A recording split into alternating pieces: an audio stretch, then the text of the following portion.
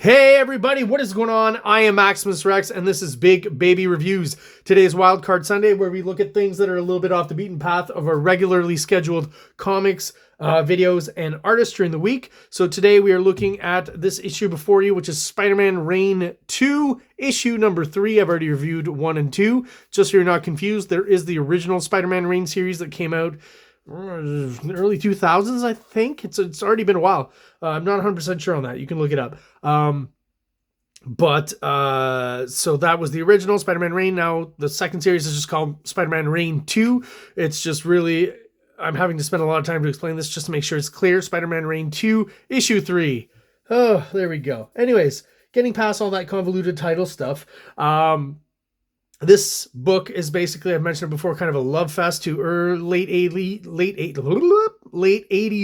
and early 90s Tom McFarlane Spider-Man comics. So his run on Amazing Spider-Man and Spider-Man, without any adjective at the beginning, is also referenced in the story specifically. When I get to it, I'll point it out. And even stylistically, KAARE Andrews is one of those artists. He's a great artist, but he can draw in all these different styles and stuff. He's done some covers recently where he's kind of doing the Andy and Adam Kubert kind of style. And here he's definitely channeling, a lot of McFarlane, a lot of Eric Larson. As you can probably tell by looking at this cover here, the only weird kind of choice I'll mention again is the look of Spider-Man. He's old man Spider-Man, I get it, but like the beard and it's just kind of a little bit ridiculous, but whatever. It doesn't in any way bring down my enjoyment of the series. Just an odd choice, I guess. And yeah, just so much McFarlane finish on this cover here. Looks cool. It's a fun cover. And let's crack her open, see what's going on inside. So, KAARE Andrews, writer-artist, Brian Reber, color artist, KAARE Andrews, cover artist, Caden McGahee. Did I say that right? Assistant editor. Okay, I'm going with editors now. Why? VC's Joe Caramagna, letterer, and variant cover artist, Phil Nutt. Okay, we're going to stop there. You know who created this book, right? So we get one of those kind of weird flashbacky, almost hallucination sequences that Peter Parker's having when he's old here with Mary Jane. And then we go back to the past here. And it says so specifically here. This takes place directly after Spider-Man's adventure with Chance in Amazing Spider-Man 299. So right at the beginning of the McFarlane run is what he's referencing here in Spider-Man. So still has the black costume, right? And basically, this is kind of where the point at which the story is going to diverge from the actual continuity of regular Marvel Comics and Tom McFarlane's run on, again, Amazing Spider-Man, Spider-Man. So that was Spider-Man. Now here we've got Venom here. Well, I guess see Spider-Man from far away. Others grew to hate him. There are consequences to hurting the ones you love. Sometimes they hurt you back. So we're seeing Venom here. Maybe some of what he did right before being officially introduced in, was it one of those issues, 299, 300, somewhere around there, right? I'm not 100% sure on that, but those, of you out there who know, leave it in the comments exactly how that breaks down.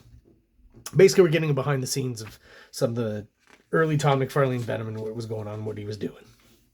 So basically, Mary Jane here kind of gets mugged, and they take all her Gucci bags, and she's really not pleased about it. Not the Gucci, if you're into that sort of stuff, I guess. Brand label bags and the such. And basically what happens is she's saved by Venom. And I guess this diverges quite a bit from the original issues of 298, 299, 300.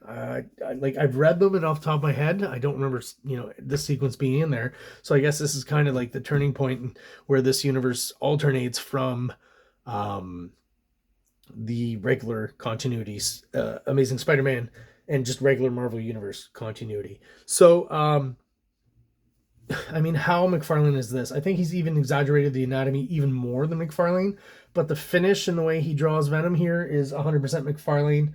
And I got to say, this face here is, I'm almost lifted from those McFarlane early Venom faces that he was doing with the kind of upper lip curving up above there, but the mouth's not too big.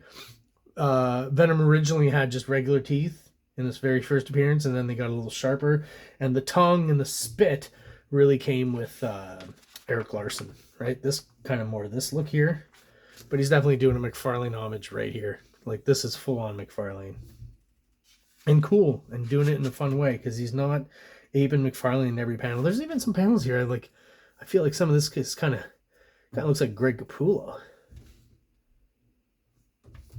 Yeah, KAARE Andrews. I mean, I got nothing to say on the art side of things. He's just awesome. And there's something also I got to say in the sequence, maybe because it's back in the 90s as compared to the last few issues. I don't know, or they got comments about the coloring, but the coloring's a lot clearer overall in this issue, right? Not quite as murky as it was in the issue 1 and even issue 2. Some images were kind of hard to read. Here it's kind of been toned down a bit.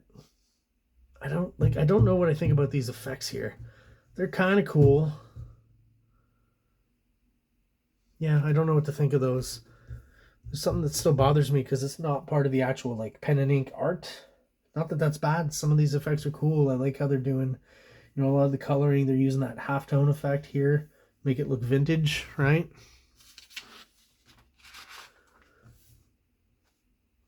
So another way in which this storyline kind of diverges is with this encounter with Eddie Brock and Venom, right? Basically, Venom saving Mary Jane in the case here, rather than scaring the shit out of her in the original continuity, and then here, showing up to see that Peter Parker. It's made to look like he's committed suicide, but it's actually, you know, a murder that was committed. But again, made to look like a suicide. Basically, what happens. Great bit of storytelling here, right? The big white panel makes sense here. Feeling alone, right? In the void. All of this. Good stuff. And yeah, so basically what I was going to say is that eventually, Peter, I hate you, right? It makes Mary Jane hate Peter Parker. So where's this going if we look at this page, right? Should be pretty obvious.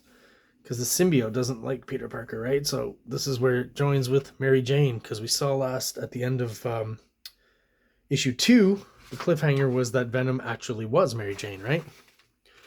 Ugh, to stick an ad right in the middle of this comic. Some of these covers look pretty cool, though, I gotta say. But yeah, it does annoy me. I don't feel like there were other ads. Let me just check real quick. So, okay, this can work, right, with the title page. I don't care. No ads, no ads, no ads, no ads.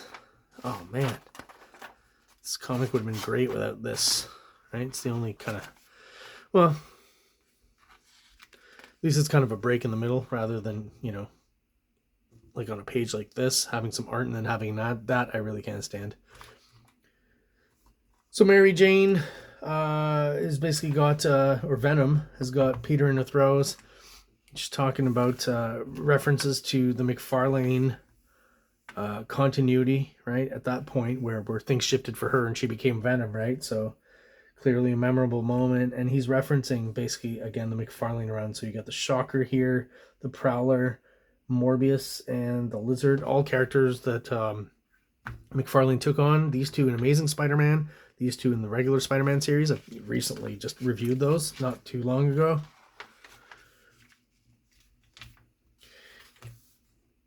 And always got to admire the balls of an artist, creator, whatever, who's willing to throw in either a whole wholly white page or a wholly black page with text or whatever. But, you know, as a story writer and as an artist, you get paid for a page like this, right? So I don't know what publishers really like that or not, but it's a, you know, it's a story beat, and clearly, I guess what's meant to happen here is that Spider-Man passes out, right, loses consciousness. That's what that signifies there. So there you go. Make your characters pass out, have a whole page be blacked out, and move on to the next one. Get paid.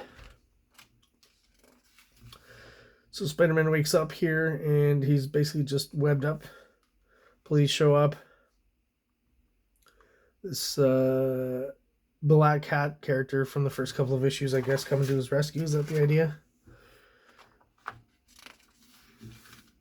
And then Miles Morales shows up.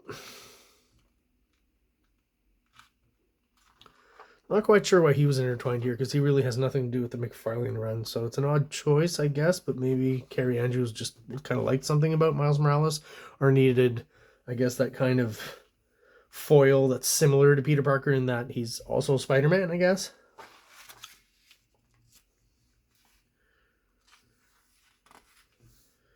So, if I'm not mistaken, Miles is trying to, convince Peter to get rid of Venom, but Peter's saying he can still save her. And that's basically where we leave off with this issue. Talking about ads, I gotta say, like, stuff like this shows me that Marvel is at least being a little more adventurous in their choice of artists and trying artists with different styles and stuff. To me, this guy definitely has more of a maybe an underground kind of vibe to his art, but I kind of like it. I like his Spider-Man here. The non-symmetrical kind of Spider-Man costume. I think that's always a good idea. Yeah, very interesting. Kind of puts your own stamp. Is that Maverick? The Blob. Yeah, still, Liefeld's still the master of drawing the Blob. A very Dave Cockrum kind of Nightcrawler. Who's this artist? Written and drawn by Declan Shalvey? I hope I'm saying that right. Declan Shalvey. I'll have to look this guy up. Kind of interesting. So I was a little bit confused when I got to this point here. It seems to be a letters page, but I mean, those haven't really existed for years and years. I guess ever since the internet and email started.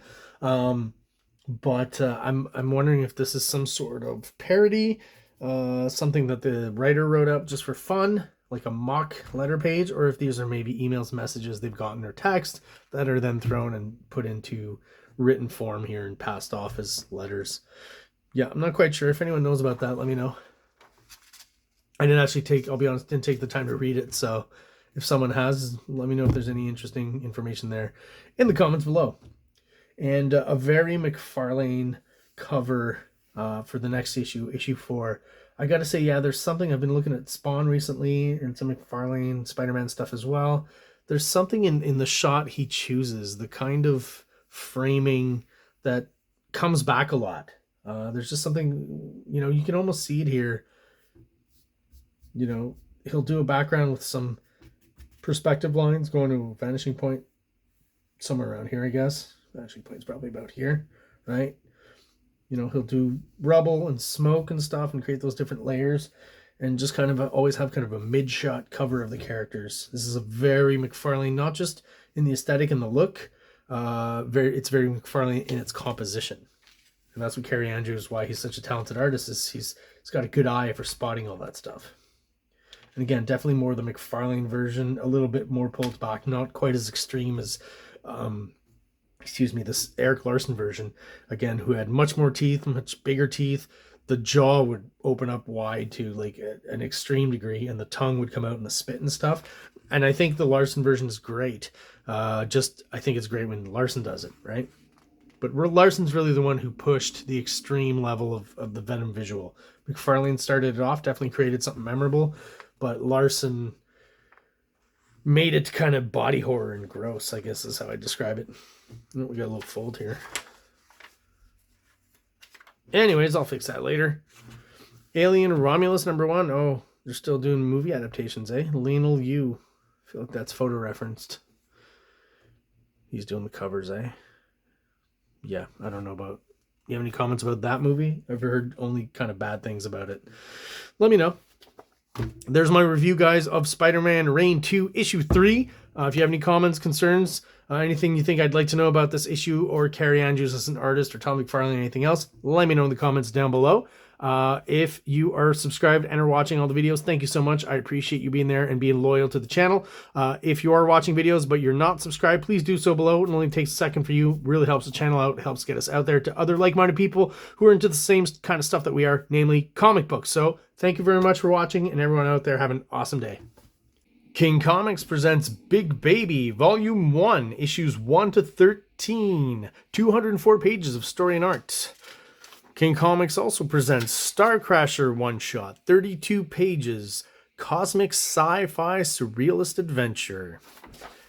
You can find these fine comics at kingcomics.ca, at MaximusRex13 on Instagram, or on Facebook, MaxRex or Big Baby. Like! Subscribe!